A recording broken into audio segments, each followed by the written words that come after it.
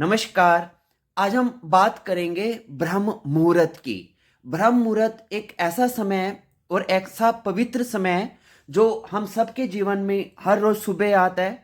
और सूर्योदय से 1.5 घंटा पहले यानी कि सनराइज से 1.5 घंटा, या अगर और प्रिसाइसली बोलें तो 1 घंटा 36 मिनट पहले यानी कि 96 मिनट्स का जो टाइम है, ये इतना महत्वपूर्ण समय है कि यदि आप इस समय को अपने जीवन में बेहतर तरीके से उपयोग करते हैं तो आप अपने जीवन में वो सब प्राप्त कर सकते हैं जिसकी भी आपको अभिलाषा है।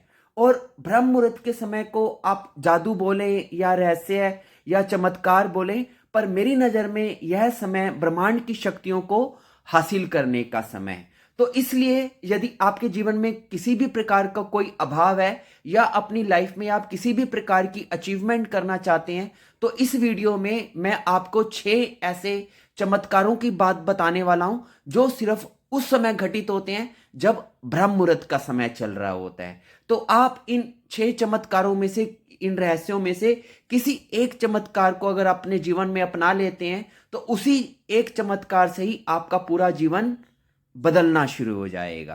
तो अब हम बात शुरू करते हैं। सबसे पहले हम बात करते हैं सबसे पहले चमत्कार की, जो ब्रह्म मुहूर्त के समय इस अस्तित्व के अंदर घटित होता है। वह है हमारे शरीर के अंदर स्थित एक खास प्रकार की ग्रंथि का सक्रिय होना।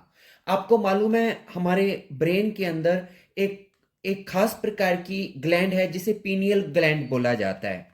और यह ग्लैंड एक मटर के दाने के आकार की छोटी सी ग्रंथि होती है जो हमारे मस्तिष्क में बिल्कुल ठीक बीच में, बिल्कुल सेंटर में स्थित होती है। और इस ग्लैंड का, पीनियल का काम होता है एक खास प्रकार के रसायन को उत्पन्न करना जिसको मेलाटोनिन बोलते हैं।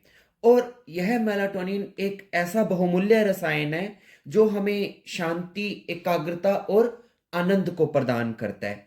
अगर हमारी बॉडी के अंदर इस केमिकल का या इस रसायन का, मेलाटोनिन का ठीक प्रकार से यदि वितरण नहीं होगा तो हमें बहुत प्रकार की मानसिक समस्याएं आनी शुरू हो जाएंगी और खासकर हमारी नींद डिस्टर्ब होनी शुरू हो जाएगी।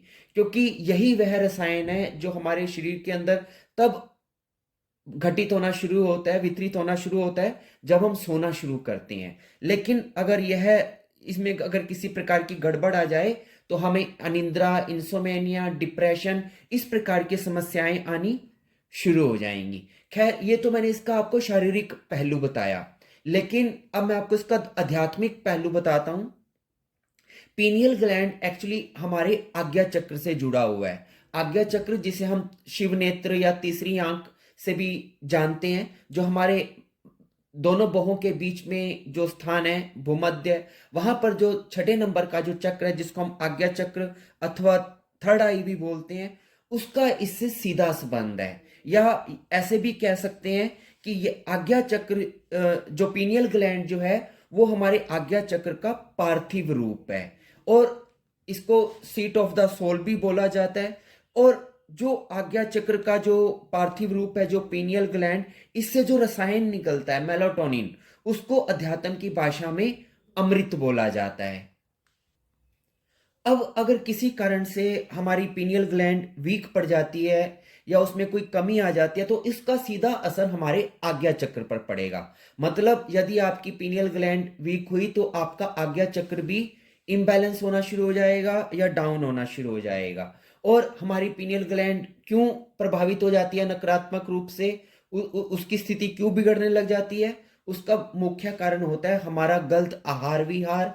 हम गलत तरीके से खाते हैं, उठते हैं, सोते हैं। और अगर हम तनाव करते हैं, चिंता करते हैं, और अगर हमारे ब्रेन में, जिसको हम मेंटल टॉक्सिन्स बोलते हैं, वो यदि विजातीय पदार्थ कुछ ऐसे होते हैं जो हमारे ब्रेन में इकट्ठा हो जाते हैं, तो उनकी उत्पत्ति यदि ब्रेन में ज्यादा होने लग जाए तो हमारा पीनियल ग्लैंड वीक पड़ना शुरू हो जाता है। तो उससे क्या होगा? अगर आपका पीनियल ग्लैंड वीक होना शुरू होगा तो आपका जो मेलाटोनिन, जिसे अमृत कहा जाता है, उसका स्राव न्यूनतम होना शुरू हो जाएगा, कम होना शुरू हो जाएगा। तो ये तो हुई पीनियल ग्लैंड और मेलाटोनिन की बात। अब जो मुख्य बात मैं आपको बताना चाहता हूं कि ये जो मेलाटोनिन का जो उत्पादन है, जो अमृत का जो उत्पादन है, ये हमारे शरीर में जो मुख्य रूप से होता है ये ब्रह्म मुहूर्त के समय में होता है। और ब्रह्म मुहूर्त के समय में ही मेलाटोनिन का उत्पादन सबसे ज्यादा होता है। और जैसे जैसे 7:30 बजे तक का सुबह का जो टाइम आता है, तो इसका निर्माण हमारा शरीर पूरी तरह से बंद कर देता है। अब क्योंकि ब्रह्म मुहूर्त के समय में ही इसका निर्माण सबसे ज्यादा होता है, तो इसीलिए उस वक्त हम बहुत ज्यादा शांत, एकाग्र और आनंदित महसूस करते हैं। आपने देखा कई बार जब आपको कोई चीज याद नहीं आती है, या जब आप कुछ फोकस अपने आप को कहीं करने की कोशिश करते हैं, तो आप अवचेतन रूप से क्या क्रिया करते हैं? आप अपने माथे पे ऐसे उंगलियों को हिट करते हैं, या अपने माथे पे आप मुक्का मारते हैं आंखें बंद करके। क्यों? ये आप जाने अनजाने आप अपने पिनियल ग्लैंड को एक्टिवेट कर रहे हैं, उससे आप उस अमृत को निकालने की कोशिश कर रहे हैं ताकि आप फोकस कर पाएं। तो कहने का तात्पर्य है, अगर हम अपने जीवन में शांत होना चाहते हैं, एकाग्र होना चाहते हैं, आनंदित रहना चाहते हैं, तो इस ग्रंथि का सही तरीके से काम करना बहुत आवश्यक है। तो ब्रह्म मुहूर्त में क्या होता है कि ये प्राकृतिक रूप से ही यह ग्रंथि अधिकतम रूप में सक्रिय रहती है। लेकिन अगर किसी कारण से यह आपकी ग्रंथि सक्रिय नहीं भी है, तो आपको क्या करना है, उसका उपाय मैं आपको बता रहा हूं। आपको हर रोज सुबह ब्रह्म मुहूर्त में उठ के ध्यानस्थ मुद्रा में बैठ जाना है, और अपने आज्ञा चक्र पर आपको 2 मिनट तक अपनी उंगलियों से मसाज करनी है। यानी कि सर्कल में गोल गोल चक्र में घुमाते हुए अपनी 3 उंगलियों को आप अपने माथे के बीच में रखेंगे, और गोल गोल उंगलियों को घुमाएंगे और मसाज करेंगे।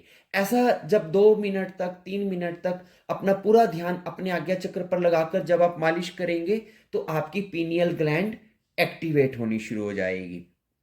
और दूसरा उपाय, आप अपनी 3 उंगलियों से, जैसे हम दीवार पर ठक ठक ठक करते हैं, ऐसे आपने अपनी 3 उंगलियों से अपने माथे पे खटखटाना है। तो जब आप टैपिंग करेंगे, इस प्रकार खटखटाएंगे 3 उंगलियों से, तो इससे भी आपकी पीनियल ग्लैंड एक्टिवेट होनी शुरू हो जाएगी, और उससे जो रसायन है वो निकलना, मेलाटोनिन, शुरू हो जाएगा। इसके अलावा आपको एक मेडिटेशन भी करना है छोटा सा। कैसे? कि आप अपना पूरा ध्यान अपने आज्ञा चक्र पर लेके आएंगे, और आज्ञा चक्र पर ध्यान रखते हुए जो भी आप जीवन में होना चाहते हैं, जो भी आपकी इच्छा है, वैसा अपने आप को होते हुए आपने देखना है। उस प्रकार की आपने कल्पना करनी है। उदाहरण के लिए आप मान लीजिए जीवन में डॉक्टर बनना चाहते हैं, तो आप लगभग 5 मिनट तक ये विजुलाइज करेंगे कि आपने सफेद कोट डाला हुआ है, और आप प्रैक्टिस कर रहे हैं और डॉक्टर बन के अपना काम कर रहे हैं। उस प्रकार की कल्पना करनी है। तो जब आप अपने आज्ञा चक्र पर स्थित होकर अपना ध्यान लगाकर इस प्रकार से जब आप कल्पना करेंगे, तो वो आपकी कल्पना, और खासकर ब्रह्म मुहूर्त में जब आप इस प्रकार की कल्पना करेंगे, विजुलाइजेशन करेंगे, तो वह आपकी कल्पना सच हो जाएगी। तो ये असर होगा आपके पीनियल ग्लैंड का, आपके आज्ञा चक्र का, यदि आप इसको इस प्रकार से प्रयोग करेंगे। तो ये हुई मेरी पहली बात जो मैं आपको कहना चाहता था, कि ब्रह्म मुहूर्त में जो सबसे पहला चमत्कार जो घटता है, वो घटता है आपके पीनियल ग्लैंड का और आपके आज्ञा चक्र का, और उसको इस प्रकार से आप यूटिलाइज कर सकते हैं। अब हम बात करते हैं अगले चमत्कार की, दूसरे चमत्कार की, जिसका नाम है सुषुम्ना नाड़ी का जागरण। आपको मैं शॉर्ट में बता देता हूं। हमारी 3 सूक्ष्म नाड़ियां होती हैं हमारे सूक्ष्म शरीर में, जिसको बोला जाता है ईड़ा, पिंगला और सुषुम्ना।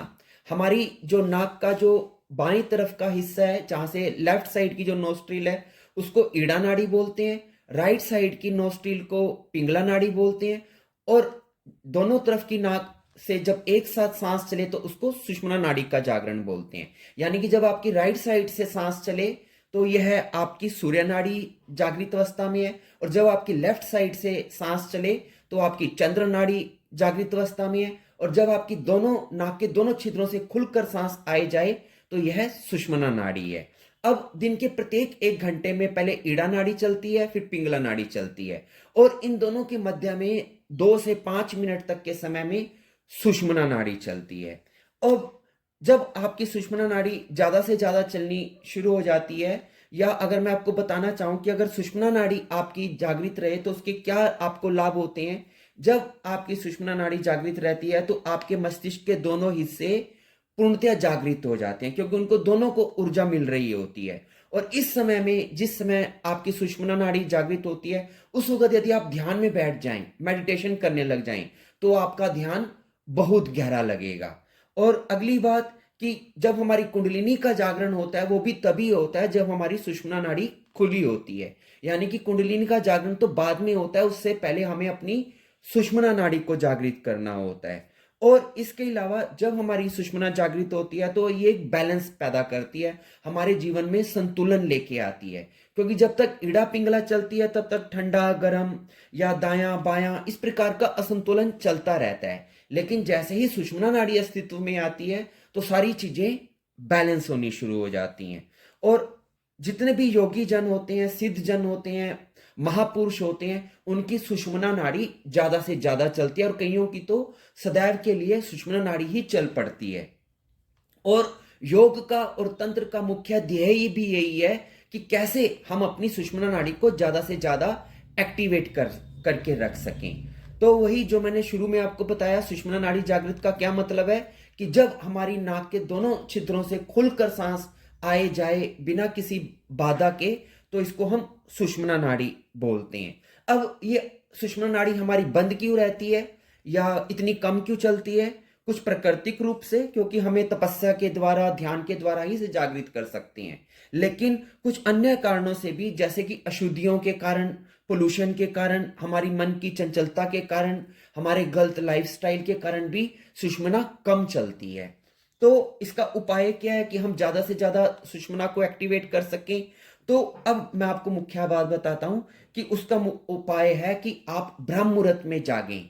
क्यों? क्योंकि ब्रह्म मुहूर्त के समय में ही सुषुम्ना नाड़ी प्राकृतिक रूप से जागृत रहती है। आपको उसे जगाने की भी कोशिश नहीं करनी है, उस समय वो प्राकृतिक रूप से ही जागृत रहती है। लेकिन अगर आप बंद कमरे में, रजाई में मुंह दे के अगर सोए रहेंगे, तब यह जागृत नहीं होगी। इसको जागरण का उपाय यही है कि बाहर आप खुली हवा में आए, जहां पे फुल ऑक्सीजन है, पूरी प्राणवायु बह रही है, किसी गार्डन में या अपने घर के टेरेस में, जहां पर शुद्ध वायु का आदान प्रदान अच्छी तरह से हो रहा हो, वहां यदि आप बैठते हैं, मेडिटेशन करते हैं, तो आप पाएंगे कि आपकी सुषुम्ना नाड़ी सहज रूप से ही चल रही है। तो कहने का तात्पर्य है, ब्रह्म मुहूर्त एक ऐसा समय है जब आपकी सुषुम्ना नाड़ी पोल्यूशन ना होने के कारण और कुछ प्राकृतिक कारण से भी, दैवीय कारण से भी, उस समय सुषुम्ना नाड़ी आपकी अधिक से अधिक चल रही होती है।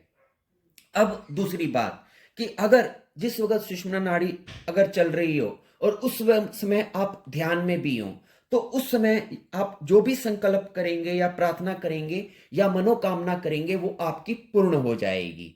तो आपको क्या करना है, आप ब्रह्म मुहूर्त में उठें और ब्रह्म मुहूर्त में उठने के बाद ध्यान में बैठ जाएं। सुषुम्ना आपकी उस वक्त वैसे भी चल रही होगी वातावरण के प्रभाव के कारण, और जब ध्यान में आप गहरी स्थिति में पहुंच जाएं, तो सिर्फ एक बार पूरे दिल से, मन से, प्राण से, एकाग्रता से आपने गहराई से प्रार्थना करनी है कि मेरी ये इच्छा पूरी हो जाए, मेरा ये संकल्प पूरा हो जाए, मेरी ये मनोकामना पूरी हो जाए। हर रोज एक बार सिर्फ आपने इस प्रार्थना को करना है। जब आपकी सुषुम्ना नाड़ी जागृत हो, तो वो मनोकामना आपकी जल्द ही पूरी हो जाएगी। तो ये हुई आपका दूसरा चमत्कार, जो सुबह ब्रह्म मुहूर्त के समय में होता है कि आपकी सुषुम्ना नाड़ी इस समय प्राकृतिक रूप से जागृत रहती है। आपको इसका अधिकतम लाभ लेना चाहिए। अब हम बात करते हैं तीसरे चमत्कार की, जिसका नाम है cosmic energy, universal energy. Cosmic ऊर्जा या यूनिवर्सल ऊर्जा उसको बोलते हैं जो पूरे ब्रह्मांड में व्याप्त है, और इसी ऊर्जा से, इसी कॉस्मिक एनर्जी से ही पूरा जो यूनिवर्स है वो गति कर रहा है। लेकिन यह एनर्जी या यह ऊर्जा केवल बाहरी बाहर नहीं बह रही है, बल्कि हम सब जीवों के भीतर भी इस एनर्जी का वास है, और इसी ऊर्जा के द्वारा हम ब्रह्मांड से जुड़े भी हुए हैं। आपने वो सुना होगा, यत पिंडे तत् ब्रह्मंडे, मतलब जो भीतर है वही बाहर है, और जो बाहर है वह भीतर है। मतलब पूरा ब्रह्मांड हमारे अंदर समाया हुआ है। तो इस कॉस्मिक ऊर्जा से ही हमें पोषण मिलता है, हमारा जीवन चलता है, और अगर यह कॉस्मिक ऊर्जा अगर हमारे शरीर के अंदर पूरी तरह से ना आ पाए, अगर इसका अभाव हो जाए, तो हमें कमजोरी आने लगती है, हमें बीमारियां लगने लगती हैं और हम पीड़ित होने शुरू हो जाते हैं। अब जो मुख्य बात है कि ब्रह्म मुहूर्त वह समय है जब यह दिव्य ऊर्जा प्रचुर मात्रा में वातावरण में व्याप्त रहती है। और ब्रह्म मुहूर्त के समय आपने देखा भी होगा कि ब्रह्म मुहूर्त के समय कॉस्मिक एनर्जी का बढ़ा हुआ प्रभाव पूरी पृथ्वी पर एक पावरफुल मैग्नेटिक फील्ड का निर्माण करता है। और इसी बढ़े हुए मैग्नेटिक फील्ड के कारण ही ब्रह्म मुहूर्त में हमारी आंख खुल जाती है, हम जाग जाते हैं। इवन आपने देखा पंछी भी बिना अलार्म के वो सोते हैं और उनकी आंख खुल जाती है और वो अपने घोंसलों से आगे की ओर निकल पड़ते हैं अपनी यात्रा पे। तो उन्हें कौन जगाता है? यही कॉस्मिक एनर्जी। और आपको भी सुबह कौन उठाता है? अगर आप प्राकृतिक तरीके से उठने वाले व्यक्ति हैं, आपको पता भी नहीं है कि बाहर प्रकाश हुआ है नहीं हुआ, लेकिन आपके अंदर कोई कहता है कि सुबह हो गई और आपकी आंख खुल जाती है, यही कॉस्मिक एनर्जी ही हमारे अंदर जुड़कर हमारे साथ इस प्रकार से व्यवहार करती है। तो हालांकि हमें यह कॉस्मिक ऊर्जा निरंतर हमें प्राप्त होती रहती है, जीवन से लेकर मरण तक हम इस ऊर्जा से जुड़े ही रहते हैं। लेकिन और जब हम सो रहे होते हैं तो उस समय यही ऊर्जा हमें रिचार्ज भी कर रही होती है, हमारे पुराने सेलों को रिपेयर करके नए सेलों का निर्माण कर रही होती है। लेकिन अगर हम इस ऊर्जा को अगर ज्यादा से ज्यादा मात्रा में प्राप्त कर लें तो हम इसका ज्यादा से ज्यादा लाभ प्राप्त कर सकते हैं। और वो कैसे कर सकते हैं? मेडिटेशन के द्वारा। तो आपको क्या करना है? आप ब्रह्म मुहूर्त के समय, जिस समय कॉस्मिक एनर्जी वातावरण में प्रचुर मात्रा में व्याप्त रहती है, मैक्सिमम क्वांटिटी में पूरे ब्रह्मांड के अंदर जब ये एनर्जी होती है, उस वक्त यदि आप ध्यान करेंगे, मेडिटेशन करेंगे, तो आपको ये एनर्जी ज्यादा से ज्यादा प्राप्त होगी। कैसे आप इसको करना है? एक छोटी सी आप टेक्निक कर सकते हैं कि आप ध्यानस्थ मुद्रा में बैठ जाएं और अपना पूरा ध्यान अपने सहस्रार चक्र पर, क्राउन चक्र पर, जो कि हमारा सातवां चक्र, अंतिम चक्र है, और वहां पर स्थित है जहां पर पंडित लोग चोटी रखते हैं सिर में। तो वहां पर अपना ध्यान लगाएं और विजुलाइज करें कि वहां पर एक छेद है, बड़ा सा होल है, और उस होल में ब्रह्मांड की जो सफेद रंग की जो कॉस्मिक एनर्जी है, जो सफेद रंग का प्रकाश है, वो आपके सिर में प्रवेश करके आपके शरीर के अंदर प्रवेश कर रहा है।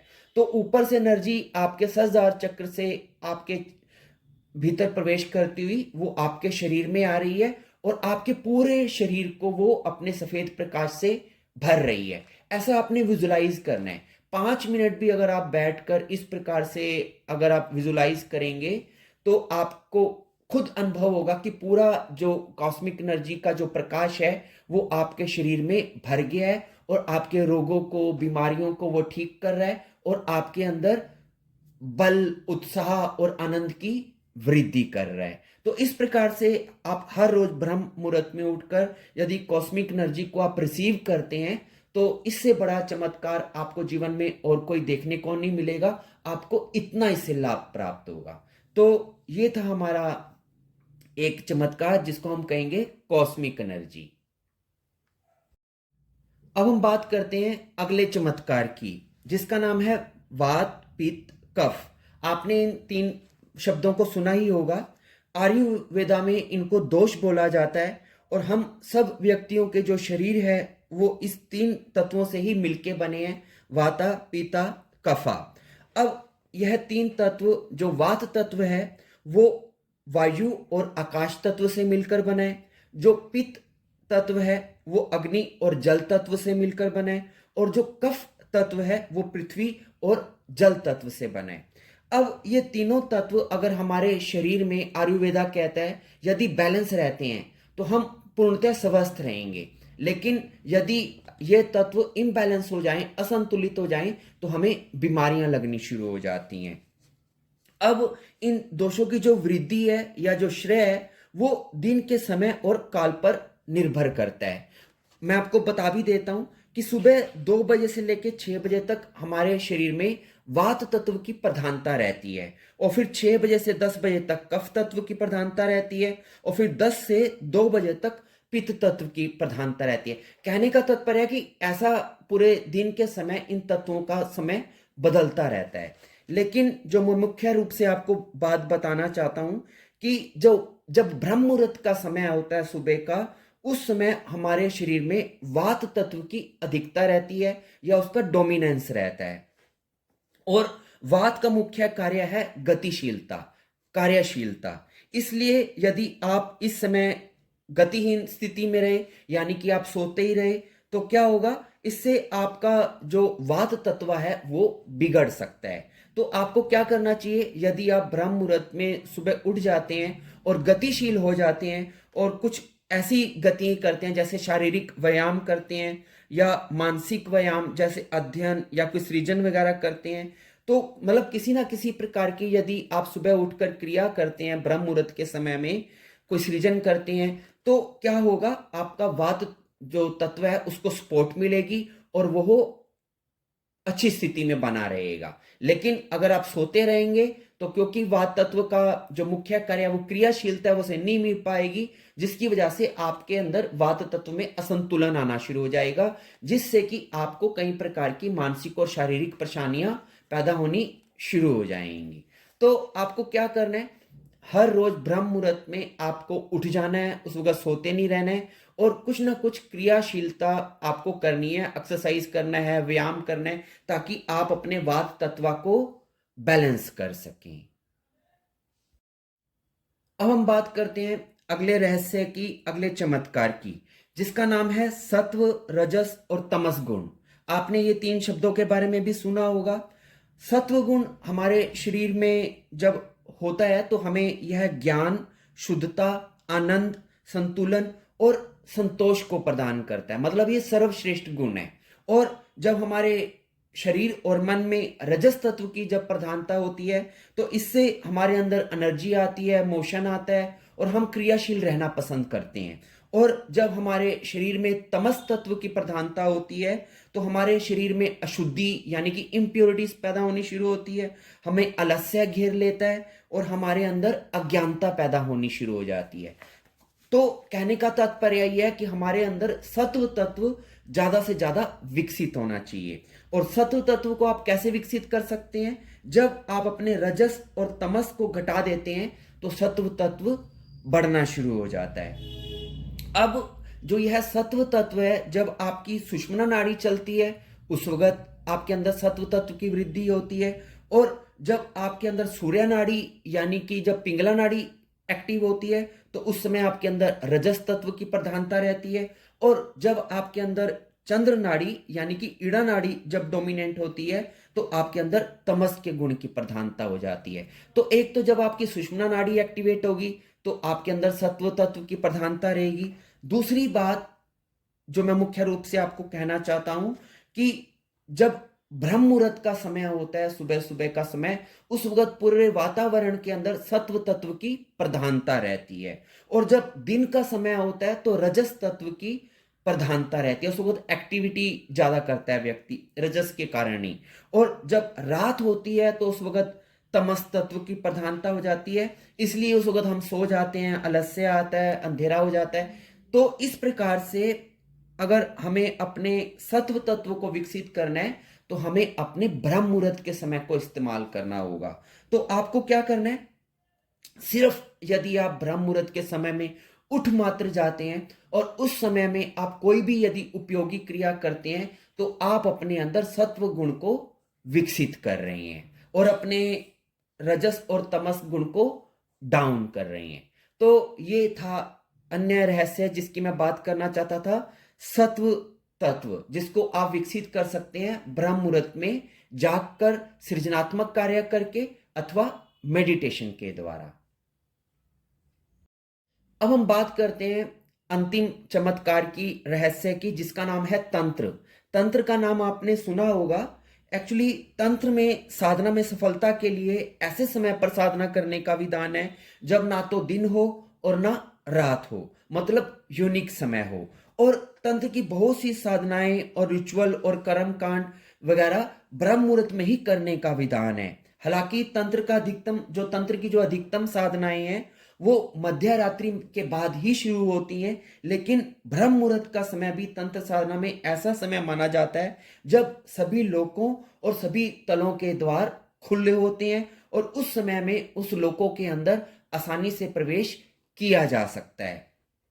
इसलिए तंत्र साधना में रुचि रखने वाले साधक ब्रह्म मुहूर्त में मंत्र जाप के द्वारा, हवन के द्वारा, सम्मोहन के द्वारा अथवा ध्यान आदि के द्वारा अपनी साधना का अभ्यास करते हैं। और यदि आप भी ब्रह्म मुहूर्त में इस समय का लाभ लेना चाहें तो आप इस समय में उठकर जो तंत्र के अंतर्गत जो मंत्र जाप आते हैं, आप अपने गुरु मंत्र का जाप कर सकते हैं, अपने इष्ट देवी देवता का जाप कर सकते हैं। तो किसी भी प्रकार का यदि आप मंत्र जाप ब्रह्म मुहूर्त के समय में करते हैं तो वो आपको बाकी सभी समय के बनिस्पत अधिकतम लाभ देगा। तो इसी के साथ मेरी बात पूरी हुई। मैंने विभिन्न पहलुओं से ब्रह्म मुहूर्त की जो उपाय देता है उसको आपको समझाने की कोशिश की है। मुझे उम्मीद है कि आपको मेरी बात समझ में आई होगी और आप इसका अधिकतम लाभ ले पाएंगे। धन्यवाद।